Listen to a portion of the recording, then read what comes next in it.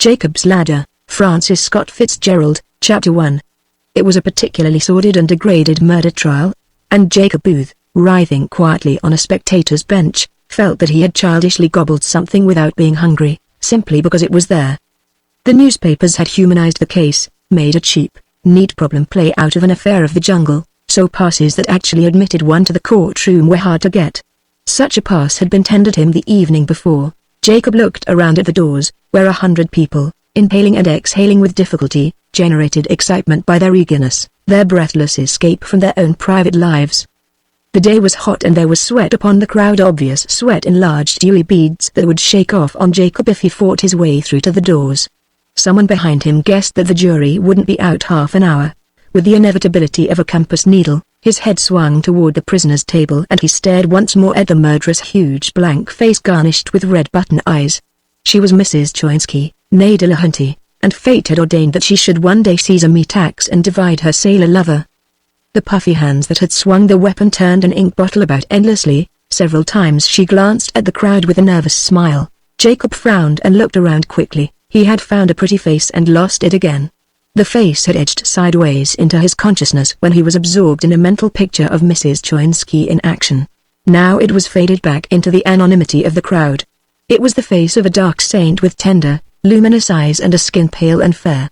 Twice he searched the room, then he forgot and sat stiffly and uncomfortably, waiting. The jury brought in a verdict of murder in the first degree. Mrs. Choinsky squeaked, "Oh, my God."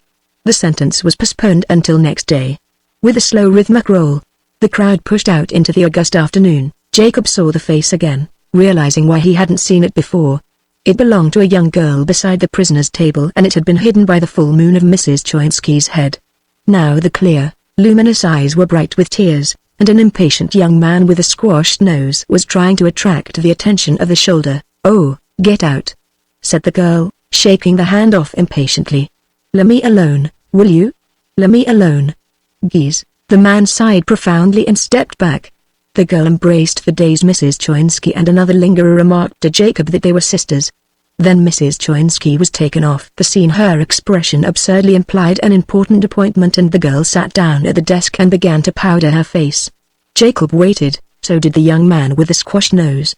The sergeant came up brusquely and Jacob gave him $5. "Geez," cried the girl to the young man. "Can't you let me alone?" She stood up. Her presence, the obscure vibrations of her impatience, filled the courtroom. "Every day it's the same." Jacob moved nearer. The other man spoke to her rapidly. "Miss Dillahunty, we've been more than liberal with you and your sister and I'm only asking you to carry out your share of the contract. Our paper goes to press at..." Ms. Dillahunty turned despairingly to Jacob. "Can you beat it?" she demanded. "Now he wants a picture of my sister when she was a baby, and it's got my mother in it too. We'll take your mother out. I want my mother though. It's the only one I got of her. I'll promise to give you the picture back tomorrow." "Oh, I'm sick of the whole thing." Again she was speaking to Jacob, but without seeing him except as some element of the vague, omnipresent public. "It gives me a pain in the eye." She made a clicking sound in her teeth that comprised the essence of all human scorn. "I have a car outside, Miss Dillahunty," said Jacob suddenly. "Don't you want me to run you home?" "All right," she answered indifferently. The newspaper man assumed a previous acquaintance between them. He began to argue in a low voice as the three moved toward the door. "Every day it's like this," said Miss Dillahunty bitterly. "These newspaper guys."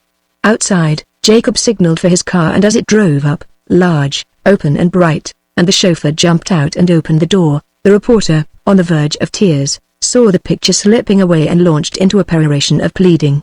"Go jump in the river," said Miss Dillahunty, sitting in Jacob's car. "Go jump in the river." The extraordinary force of her advice was such that Jacob regretted the limitations of her vocabulary. Not only did it evoke an image of the unhappy journalist hurling himself into the Hudson, but it convinced Jacob that it was the only fitting and adequate way of disposing of the man. Leaving him to face his watery destiny, the car moved off down the street. "You dealt with him pretty well," Jacob said. "Sure," she admitted. "I get sore after a while and then I can deal with anybody no matter who." "How old would you think I was?" "How old are you?" 16. She looked at him gravely, inviting him to wonder. Her face, the face of a saint, an intense little Madonna, was lifted fragilely out of the mortal dust of the afternoon. On the pure parting of her lips no breath hovered. He had never seen a texture pale and immaculate as her skin, lustrous and garish as her eyes. His own well-ordered person seemed for the first time in his life gross and well-worn to him as he knelt suddenly at the heart of freshness. "Where do you live?" he asked. "The Bronx, perhaps Yonkers, Albany, Baffin's Bay." They could curve over the top of the world, drive on forever. Then she spoke, and as the towed words vibrated with life in her voice, the moment passed. "Is 133rd. Staying with a girlfriend there." They were waiting for a traffic light to change and she exchanged a haughty glance with a flushed man peering from a flanking taxi. The man took off his hat hilariously. "Somebody's stenog," he cried. And oh, what a stenog! An arm and hand appeared in the taxi window and pulled him back into the darkness of the cab. Ms. Dillahunty turned to Jacob, a frown, the shadow of a hair in breadth, appearing between her eyes. "A lot of them know me," she said. "We got a lot of publicity and pictures in the paper. I'm sorry it turned out badly." She remembered the event of the afternoon, apparently for the first time in half an hour. She had it coming to her, mister. She never had a chance. But they'll never send no woman to the chair in New York State. No, that's sure. She'll get life. Surely it was not she who had spoken. The tranquility of her face made her words separate themselves from her as soon as they were uttered and take on a corporate existence of their own. "Did you used to live with her, me? Say, read the papers. I didn't even know she was my sister till they come and told me. I hadn't seen her since I was a baby." She pointed suddenly at one of the world's largest department stores. "There's where I work. Back to the old pick and shovel day after tomorrow. It's going to be a hot night," said Jacob. "Why don't we ride out into the country and have dinner?" She looked at him. His eyes were polite and kind. "All right," she said. Jacob was 33. Once he had possessed a tenor voice with destiny in it, but laryngitis had despoiled him of it in one feverish week 10 years before. In despair that concealed not a little relief, he bought a plantation in Florida and spent 5 years turning it into a golf course.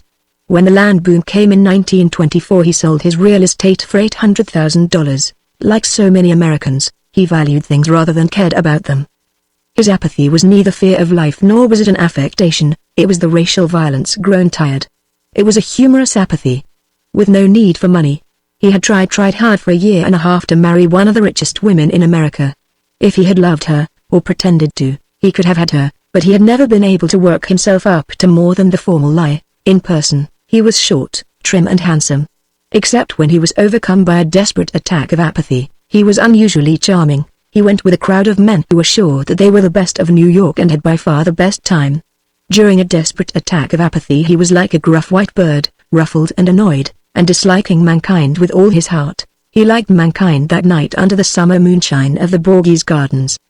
The moon was a radiant egg, smooth and bright as Jenny Dillahunty's face across the table. A salt wind blew in over the big estates collecting flower scents from their gardens and bearing them to the roadhouse lawn. The waiters hopped here and there like pixies through the hot night, their black backs disappearing into the gloom, their white shirt fronts gleaming startlingly out of an unfamiliar patch of darkness. They drank a bottle of champagne and he told Jenny Dillahunty a story. "You are the most beautiful thing I have ever seen," he said, "but as it happens you are not my type and I have no designs on you at all. Nevertheless, you can't go back to that store. Tomorrow I'm going to arrange a meeting between you and Billy Farrelly, who's directing a picture on Long Island. Whether he'll see how beautiful you are I don't know, because I've never introduced anybody to him before." There was no shadow, no ripple of a change in her expression, but there was irony in her eyes. Things like that had been said to her before, but the movie director was never available next day. Or else she had been tactful enough not to remind men of what they had promised last night. "Not only are you beautiful," continued Jacob, "but you are somehow on the grand scale.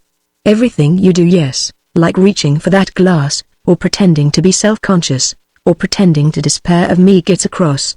If somebody's smart enough to see it, you might be something of an actress. I like Norma Shearer the best." "Do you?" Driving homeward through the soft night, she put up her face quietly to be kissed. Holding her in the hollow of his arm, Jacob rubbed his cheek against her cheek's softness and then looked down at her for a long moment. "Such a lovely child," he said gravely. She smiled back at him, her hands played conventionally with the lapels of his coat. "I had a wonderful time," she whispered. "Geez. I hope I never have to go to court again." "I hope you don't. Aren't you going to kiss me goodnight?" "This is Great Neck," he said, "that we're passing through. A lot of moving picture stars live here. You're a card, handsome." "Why?" She shook her head from side to side and smiled. "You're a card." She saw then that he was a type with which he was not acquainted. He was surprised, not flattered, that she thought him droll. She saw that whatever his eventual purpose he wanted nothing of her now. Jenny Dillahunty learned quickly. She let herself become grave and sweet and quiet as the night, and as they rolled over Queensborough Bridge into the city she was half asleep against his shoulder. Chapter 2. He called up Billy Farrelly next day. "I want to see you," he said. "I found a girl I wish you'd take a look at." "My gosh," said Farrelly. "You're the third today, not the third of this kind." "All right. If she's white, she can have the lead in a picture I'm starting Friday." Joking aside, will you give her a test? "I'm not joking. She can have the lead, I tell you. I'm sick of these lousy actresses. I'm going out to the coast next month. I'd rather be Constance Talmadge's water boy than own most of these young." His voice was bitter with Irish disgust. "Sure, bring her over, Jake. I'll take a look at her." 4 days later, when Mrs. Choinsky, accompanied by 2 deputy sheriffs, had gone to Auburn to pass the remainder of her life, Jacob drove Jenny over the bridge to Astoria, Long Island. "You've got to have a new name," he said, "and remember you never had a sister." "I thought of that," she answered. "I thought of a name too, Tootsie Defoe." "That's rotten," he laughed. "Just rotten." "Well, you think of one if you're so smart. How about Jenny O, anything Jenny Prince?" "All right, handsome." Jenny Prince walked up the steps of the motion picture studio, and Billy Farrelly, in a bitter Irish humor, in contempt for himself and his profession, engaged her for one of the 3 leads in his picture. "They're all the same," he said to Jacob. "Shucks. Pick him up out of the gutter today and they want gold plates tomorrow. I'd rather be Constance Talmadge's water boy than own a harem full of them." "Do you like this girl?" "She's all right. She's got a good side face. But they're all the same." Jacob bought Jenny Prince an evening dress for $180 and took her to the Lido that night. He was pleased with himself, and excited. They both laughed a lot and were happy. "Can you believe you're in the movies?" he demanded. "They'll probably kick me out tomorrow." It was too easy. No, it wasn't. It was very good psychologically. Billy Farrelly was in just the one mood. "I liked him." "He's fine," agreed Jacob. But he was reminded that already another man was helping to open doors for her success. "He's a wild Irishman, look out for him." "I know. You can tell when a guy wants to make you." "What?" "I don't mean he wanted to make me, handsome. But he's got that look about him, if you know what I mean." She distorted her lovely face with a wise smile. "He likes em." You could tell that this afternoon. They drank a bottle of charged and very alcoholic grape juice. Presently the head waiter came over to their table. "This is Miss Jenny Prince," said Jacob. "You'll see a lot of her, Lorenzo, because she's just signed a big contract with the pictures. Always treat her with the greatest possible respect." When Lorenzo had withdrawn, Jenny said, "You got the nicest eyes I ever seen." It was her effort, the best she could do. Her face was serious and sad. "Honest," she repeated herself, "the nicest eyes I ever seen. Any girl would be glad to have eyes like yours." He laughed, but he was touched. His hand covered her arm lightly. "Be good," he said. "Work hard and I'll be so proud of you and we'll have some good times together. I always have a good time with you." Her eyes were full on his, in his, held the like hands. Her voice was clear and dry. "Honest, I'm not kidding about your eyes. You always think I'm kidding. I want to thank you for all you've done for me." "I haven't done anything, you lunatic. I saw your face and I was beholden to it. Everybody ought to be beholden to it." Entertainers appeared and her eyes wandered hungrily away from him. She was so young. Jacob had never been so conscious of youth before. He had always considered himself on the young side until tonight. Afterward, in the dark cave of the taxicab, fragrant with the perfume he had bought for her that day, Jenny came close to him, clung to him. He kissed her, without enjoying it. There was no shadow of passion in her eyes or on her mouth. There was a faint spray of champagne on her breath. She clung nearer, desperately. He took her hands and put them in her lap. She leaned away from him resentfully. "What's the matter? Don't you like me? I shouldn't have let you have so much champagne." "Why not? I've had a drink before.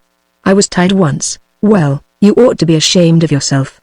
And if I hear of your taking any more drinks, you'll hear from me.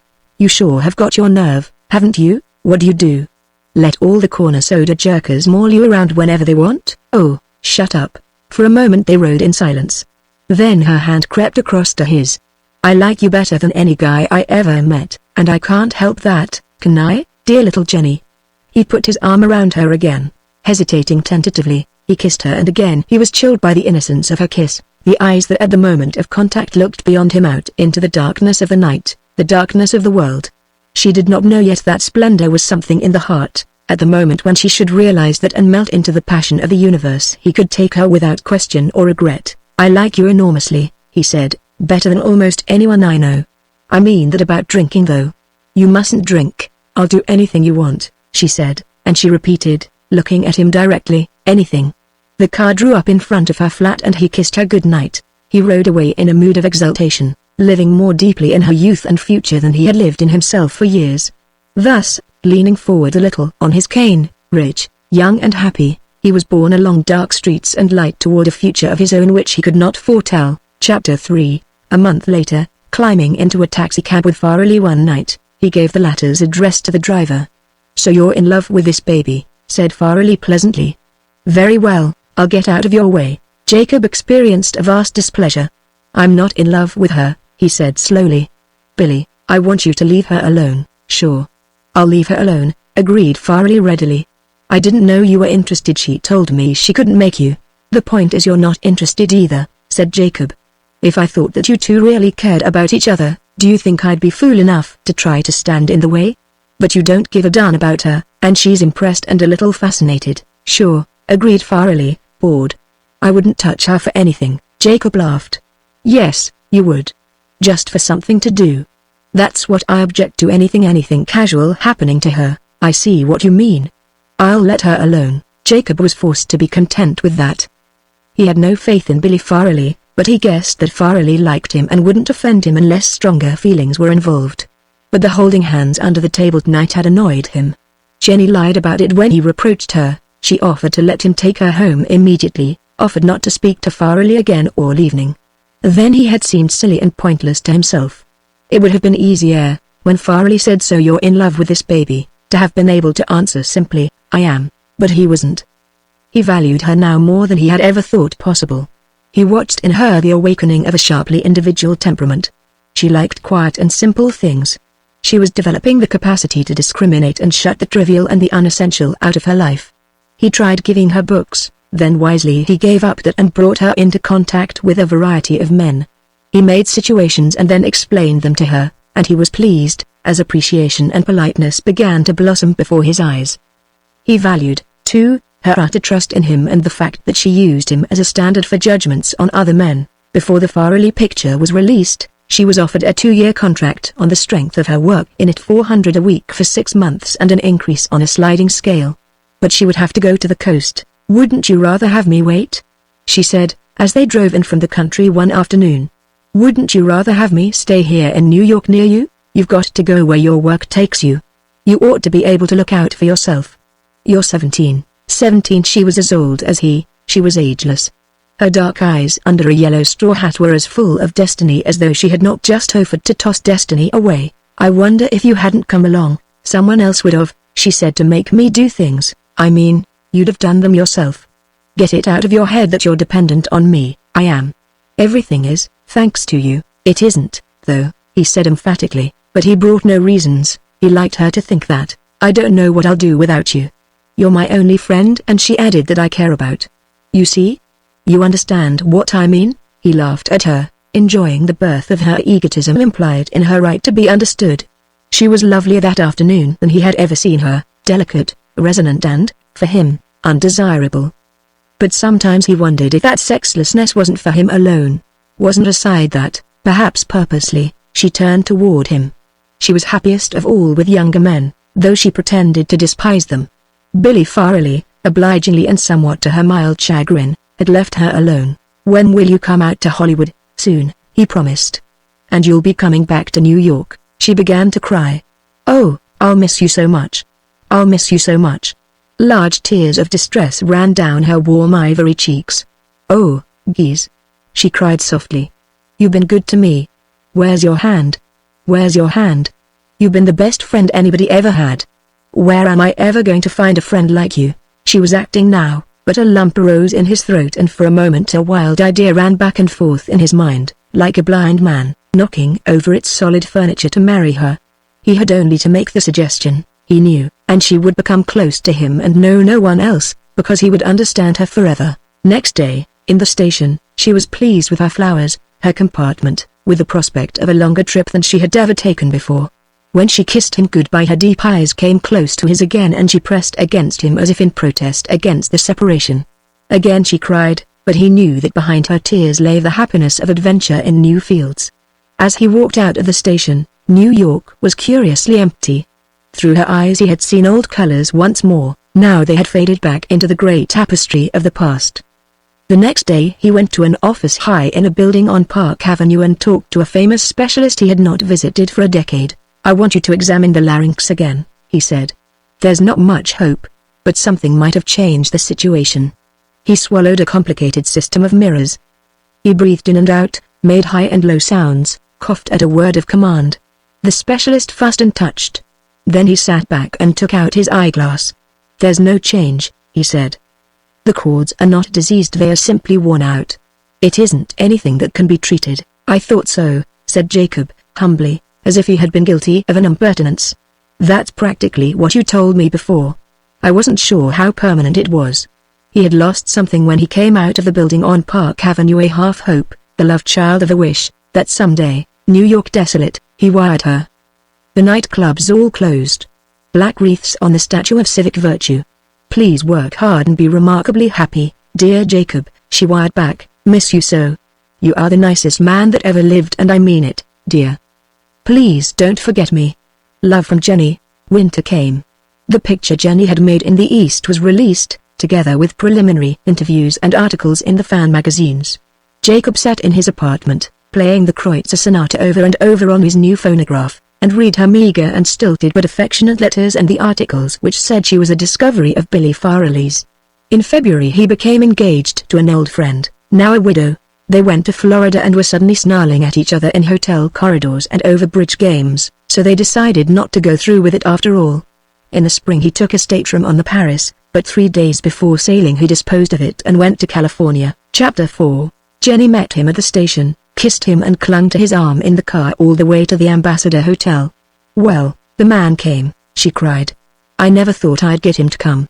"I never did," her accent betrayed an effort at control. The emphatic gaze.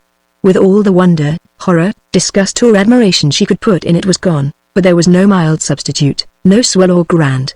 If her mood required expletives outside her repertoire, she kept silent, but at 17, months are years and Jacob perceived a change in her. In no sense was she a child any longer. There were fixed things in her mind, not distractions, for she was instinctively too polite for that, but simply things there. No longer was the studio a lark and a wonder and a divine accident, no longer for a nickel I wouldn't turn up tomorrow. It was part of her life. Circumstances were stiffening into a career which went on independently of her casual hours. If this picture is as good as the other, I mean if I make a personal hit again, heck, she'll break the contract. Everybody that's seen the Rushes says it's the first one I've had sex appeal in. What are the Rushes? When they run off what they took the day before. They say it's the first time I've had sex appeal. I don't notice it. He teased her. "You wouldn't." "But I have." "I know you have," he said, and, moved by an ill-considered impulse, he took her hand. She glanced quickly at him. He smiled half a second too late. Then she smiled and her glowing warmth veiled his mistake. "Jake," she cried, "I could bawl. I'm so glad you're here. I got you a room at the Ambassador. They were full, but they kicked out somebody because I said I had to have a room. I'll send my car back for you in half an hour. It's good you came on Sunday, because I got all day free." They had luncheon in the furnished apartment she had leased for the winter. It was 1920 Moorish, taken over complete from a favorite of yesterday. Someone had told her it was horrible, for she joked about it, but when he pursued the matter he found that she didn't know why. "I wish they had more nice men out here," she said once during luncheon. "Of course there's a lot of nice ones, but I mean you know, like in New York, men that know even more than a girl does, like you." After luncheon he learned that they were going to tea. "Not today," he objected. "I want to see you alone." "All right," she agreed doubtfully. "I suppose I could telephone. I thought it's a lady that writes for a lot of newspapers and I've never been asked there before." "Still, if you don't want to." Her face had fallen a little and Jacob assured her that he couldn't be more willing. Gradually he found that they were going not to one party but to 3. "In my position, it's sort of the thing to do," she explained. "Otherwise you don't see anybody except the people on your own lot, and that's narrow." He smiled. Well, anyhow, she finished anyhow, you smart aleck, that's what everybody does on Sunday afternoon. At the first tea, Jacob noticed that there was an enormous preponderance of women over men, and of supernumeraries lady journalists, cameramen's daughters, cutters' wives over people of importance. A young Latin named Ruffino appeared for a brief moment, spoke to Jenny and departed. Several stars passed through, asking about children's health with a domesticity that was somewhat overpowering. Another group of celebrities posed immobile, statue-like, in a corner. There was a somewhat inebriated and very much excited author apparently trying to make engagements with one girl after another. As the afternoon waned, more people were suddenly a little tight. The communal voice was higher in pitch and greater in volume as Jacob and Jenny went out the door. At the second tea, young Ruffino, he was an actor, one of innumerable hopeful Valentinos, appeared again for a minute, talked to Jenny a little longer, a little more attentively this time, and went out. Jacob gathered that this party was not considered to have quite the swagger of the other. There was a bigger crowd around the cocktail table. There was more sitting down. Jenny, he saw, drank only lemonade. He was surprised and pleased at her distinction and good manners. She talked to one person, never to everyone within hearing, then she listened, without finding it necessary to shift her eyes about. Deliberate or not on her part, he noticed that at both teas she was sooner or later talking to the guest of most consequence. Her seriousness, her air of saying this is my opportunity of learning something, beckoned their egotism imperatively near. When they left to drive to the last party, a buffet supper, it was dark and the electric legends of hopeful real estate brokers were gleaming to some vague purpose on Beverly Hills. Outside Grauman's theater a crowd was already gathered in the thin, warm rain. Look! Look! She cried. It was the picture she had finished a month before. They slid out of the thin Rialto of Hollywood Boulevard and into the deep gloom of a side street. He put his arm about her and kissed her. Dear Jake. She smiled up at him. Jenny, you're so lovely. I didn't know you were so lovely. She looked straight ahead, her face mild and quiet. A wave of annoyance passed over him and he pulled her toward him urgently, just as the car stopped at a lighted door. They went into a bungalow crowded with people and smoke.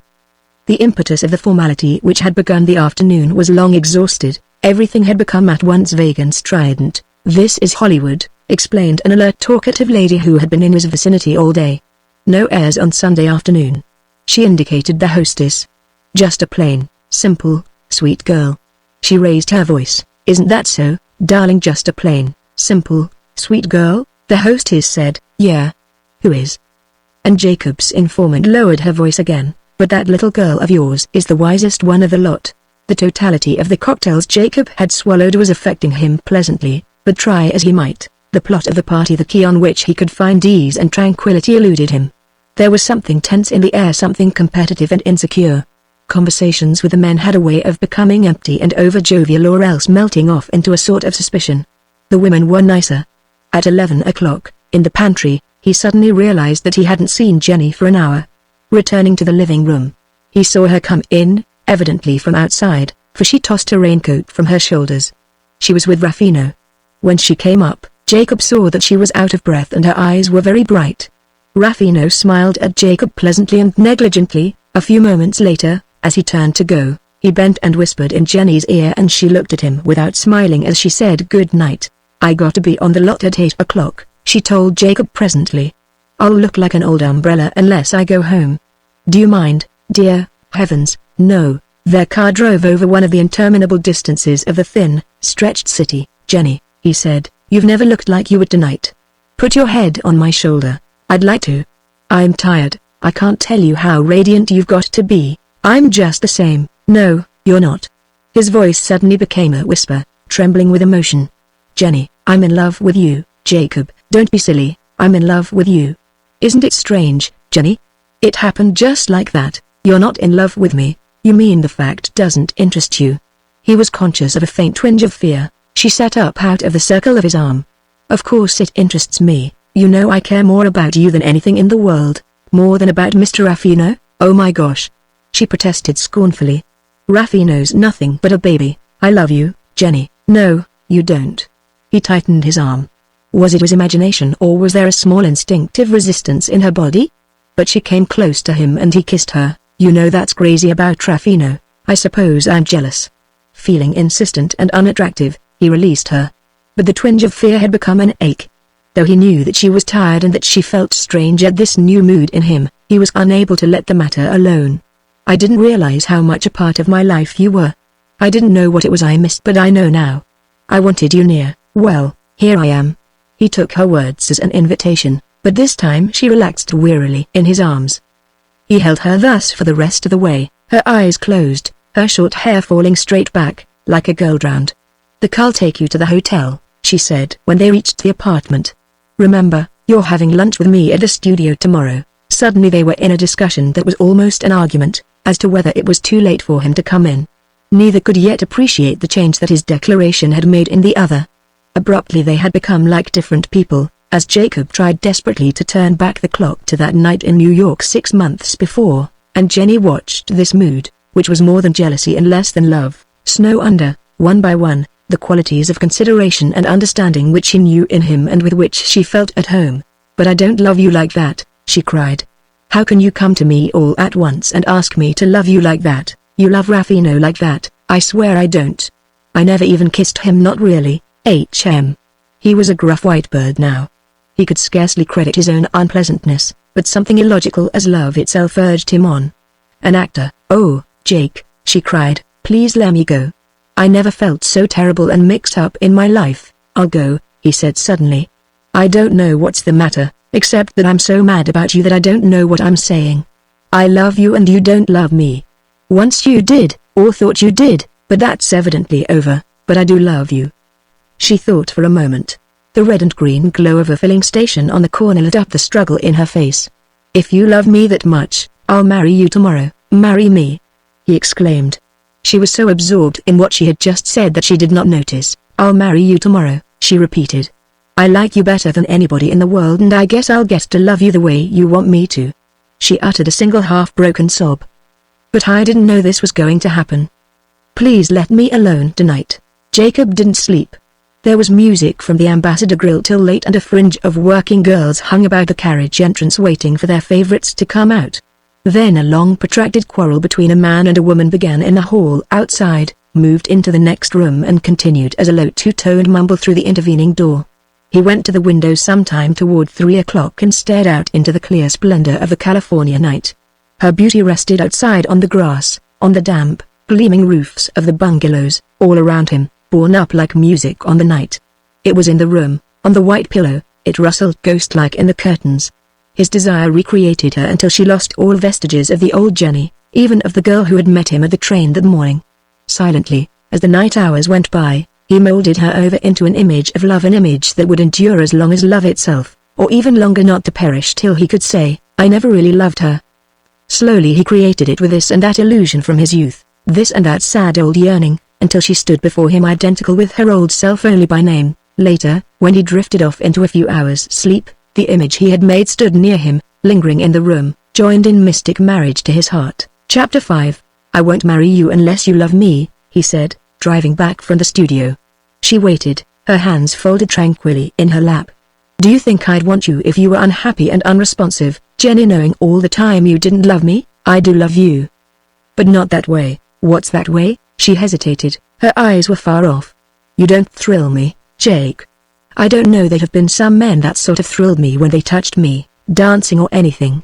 I know it's crazy, but, does Raffino thrill you? Sort of, but not so much, and I don't at all. I just feel comfortable and happy with you." He should have urged her that that was best, but he couldn't say it, whether it was an old truth or an old lie. "Anyhow, I told you I'll marry you, perhaps you might thrill me later." He laughed, stopped suddenly. "If I didn't thrill you, as you call it, why did you seem to care so much last summer?" "I don't know. I guess I was young." "You never know how you once felt, do you?" She had become elusive to him, with that elusiveness that gives a hidden significance to the least significant remarks. And with the clumsy tools of jealousy and desire, he was trying to create the spell that is ethereal and delicate as the dust on a moth's wing. "Listen, Jake," she said suddenly. "That lawyer my sister had, that Scharnhorst, called up the studio this afternoon. Your sister's all right," he said absently, and he added, "So a lot of men thrill you." "Well, if I felt it with a lot of men, it couldn't have anything to do with real love, could it?" she said hopefully. "But your theory is that love couldn't come without it." "I haven't got any theories or anything. I just told you how I felt. You know more than me. I don't know anything at all. There was a man waiting in the lower hall of the apartment house. Jenny went up and spoke to him, then, turning back to Jake, said in a low voice, "It's Scharnhorst. Would you mind waiting downstairs while he talks to me? He says it won't take half an hour." He waited, smoking innumerable cigarettes. 10 minutes passed. Then the telephone operator beckoned him. "Quick," she said. "Miss Prince wants you on the telephone." Jenny's voice was tense and frightened. "Don't let Scharnhorst get out," she said. "He's on the stairs, maybe in the elevator. Make him come back here." Jacob put down the receiver just as the elevator clicked. He stood in front of the elevator door, barring the man inside. "Mr. Scharnhorst, yeah?" The face was keen and suspicious. "Will you come up to Miss Prince's apartment again? There's something she forgot to say. I can see her later." He attempted to push past Jacob. Seizing him by the shoulders, Jacob shoved him back into the cage, slammed the door and pressed a button for the 8th floor. "I'll have you arrested for this," Scharnhorst remarked. "Put into jail for assault." Jacob held him firmly by the arms. Upstairs, Jenny, with panic in her eyes, was holding open her door. After a slight struggle, the lawyer went inside. "What is it?" demanded Jacob. "Tell him." "You," she said. "Oh, Jake, he wants $20,000. "What for?" "To get my sister a new trial." "But she hasn't a chance," exclaimed Jacob. He turned to Scharnhorst. "You ought to know she hasn't a chance." "There are some technicalities," said the lawyer uneasily, "things that nobody but an attorney would understand. She's very unhappy there, and her sister so rich and successful. Mrs. Choinsky thought she ought to get another chance. You've been up there working on her, hey? She sent for me, but the blackmail idea was your own. I suppose if Miss Prince doesn't feel like supplying $20,000 to retain your firm, it'll come out that she's the sister of the notorious murderess." Jenny nodded. "That's what he said." "Just a minute." Jacob walked to the phone. "Western Union, please." "Western Union? Please take a telegram." He gave the name and address of a man high in the political world of New York. "Here's the message. The convict Choinsky threatening her sister, who is a picture actress, with exposure of relationship. Stop. Can you arrange it with Warden that she be cut off from visitors until I can get east and explain the situation. Stop. Also wire me if 2 witnesses to an attempted blackmailing scene are enough to disbar a lawyer in New York if charges proceed from such a quarter as Reed, Van Tyne, Biggs and Company, or my uncle the surrogate. Stop. Answer Ambassador Hotel, Los Angeles, Jacob C.K. Booth." He waited until the clerk had repeated the message. "Now, Mr. Scharnhorst," he said, "the pursuit of that should not be interrupted by such alarms and excursions. Miss Prince, as you see, is considerably upset. It will show in her work tomorrow and a million people will be just a little disappointed.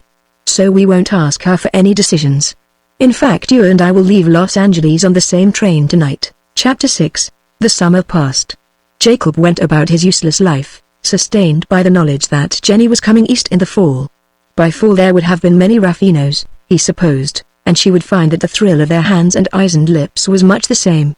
They were the equivalent, in a different world, of the affairs at a college house party, the undergraduates of a casual summer.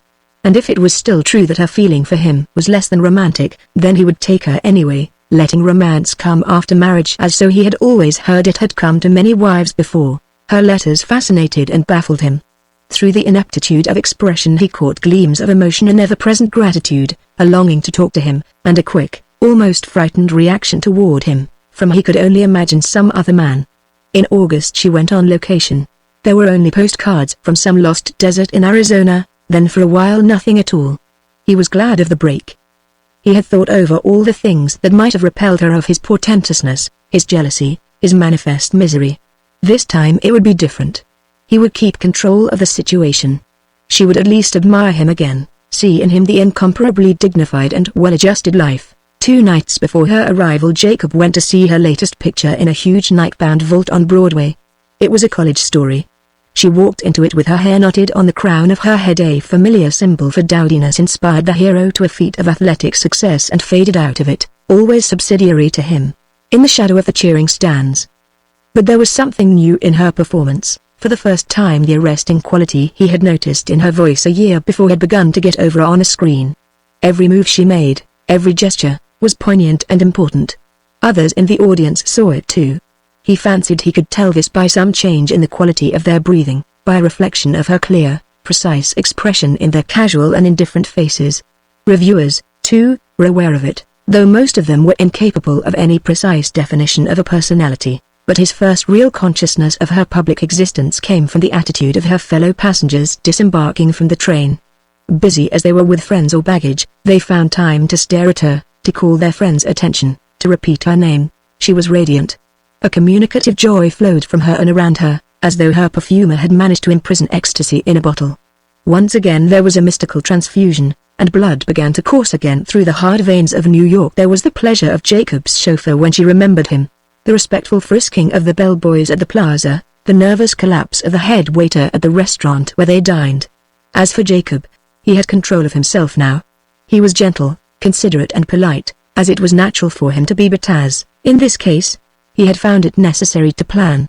His manner promised and outlined an ability to take care of her, a will to be leaned on. After dinner, their corner of the restaurant cleared gradually of the theater crowd and the sense of being alone settled over them. Their faces became grave, their voices very quiet. "It's been 5 months since I saw you." He looked down at his hands thoughtfully. "Nothing has changed with me, Jenny. I love you with all my heart. I love your face and your faults and your mind and everything about you. The one thing I want in this world is to make you happy." "I know," she whispered. "Gosh, I know. Whether there's still only affection in your feeling toward me, I don't know. If you'll marry me, I think you'll find that the other things will come, will be there before you know it, and what you call the thrill will seem a joke to you, because life isn't for boys and girls, Jenny, but for men and women." "Jacob," she whispered, "you don't have to tell me." "I know." He raised his eyes for the first time. "What do you mean you know?" "I get what you mean." "Oh, this is terrible." "Jacob, listen. I want to tell you." "Listen, dear, don't say anything. Don't look at me." "Listen, Jacob, I fell in love with a man." "What?" he asked blankly. "I fell in love with somebody. That's what I mean about understanding about a silly thrill." "You mean you're in love with me?" "No." The appalling monosyllable floated between them, danced and vibrated over the table. "No, no, no, no, no. Oh, this is awful," she cried. "I fell in love with a man I met on location this summer. I didn't mean to, I tried not to. But first thing I knew there I was in love, and all the wishing in the world couldn't help it. I wrote you and asked you to come, but I didn't send the letter, and there I was, crazy about this man and not daring to speak to him, and bawling myself to sleep every night." "An actor?" he heard himself saying in a dead voice. "Ruffino? Oh, no, no, no. Wait a minute, let me tell you. It went on for 3 weeks and I honestly wanted to kill myself, Jake. Life wasn't worthwhile unless I could have him. And one night we got in a car by accident alone and he just caught me and made me tell him I loved him. He knew he couldn't help knowing. It just swept over you," said Jacob steadily. "I see. Oh, I knew you'd understand, Jake. You understand everything. You're the best person in the world, Jake, and don't I know it? You're going to marry him?" Slowly she nodded her head. "I said I'd have to come east first and see you." As her fear lessened, the extent of his grief became more apparent to her and her eyes filled with tears. "It only comes once, Jake, like that. That's what kept in my mind all those weeks I didn't hardly speak to him. If you lose it once, it'll never come like that again, and then what do you want to live for?" He was directing the picture. "He was the same about me, I see, as once before." Her eyes held his like hands. "Oh, Drac." In that sudden croon of compassion, all-comprehending and deep as a song, the first force of the shock passed off. Jacob's teeth came together again and he struggled to conceal his misery. Mustering his features into an expression of irony, he called for the check. It seemed an hour later they were in a taxi going toward the Plaza Hotel. She clung to him. "Oh, Jake, say it's all right. Say you understand. Darling Jake, my best friend, my only friend, say you understand." "Of course I do, Jenny." His hand patted her back automatically. "OHH, Jake, you feel just awful, don't you?" "I'll survive." "OHH, Jake." They reached the hotel. Before they got out, Jenny glanced at her face in her vanity mirror and turned up the collar of her fur cape. In the lobby, Jacob ran into several people and said, "Oh, I'm so sorry," in a strained, unconvincing voice. The elevator waited. Jenny, her face distraught and tearful, stepped in and held out her hand toward him with the fist clenched helplessly. "Jake," she said once more. "Good night, Jenny." She turned her face to the wire wall of the cage. The gate clanged. "Hold on." He almost said. "Do you realize what you're doing?" starting that car like that? He turned and went out the door blindly. I've lost her, he whispered to himself, awed and frightened. I've lost her. He walked over 59th Street to Columbus Circle and then down Broadway. There were no cigarettes in his pocket. He had left them at the restaurant, so he went into a tobacco store. There was some confusion about the change and someone in the store laughed. When he came out he stood for a moment puzzled. Then the heavy tide of realization swept over him and beyond him, leaving him stunned and exhausted. It swept back upon him and over him again. As one rereads a tragic story with a defiant hope that it will end differently, so he went back to the morning, to the beginning, to the previous year. But the tide came thundering back with the certainty that she was cut off from him forever in a high room at the Plaza Hotel. He walked down Broadway. In great block letters over the portico of the Capitol Theatre 5 words glittered out into the night, Carl Barber and Jenny Prince. The name startled him, as if a passerby had spoken it. He stopped and stared. Other eyes rose to that sign, people hurried by him and turned in. Jenny Prince. Now that she no longer belonged to him, the name assumed a significance entirely its own. It hung there, cool and impervious, in the night, a challenge, a defiance. Jenny Prince, come and rest upon my loveliness, it said. Fulfill your secret dreams in wedding me for an hour, Jenny Prince. It was untrue. She was back at the Plaza Hotel, in love with somebody. But the name, with its bright insistence, rode high up on the night. I love my dear public. They are all so sweet to me. The wave appeared far off, sent up whitecaps, rolled toward him with the might of pain, washed over him. Never any more. Never any more. The wave beat upon him, drove him down, pounding with hammers of agony on his ears. Proud and impervious, the name on high challenged the night. Jenny Prince. She was there. All of her, the best of her, the effort, the power, the triumph, the beauty. Jacob moved forward with a group and bought a ticket at the window, confused. He stared around the great lobby. Then he saw an entrance and walking in, found himself a place in the fast-throbbing darkness.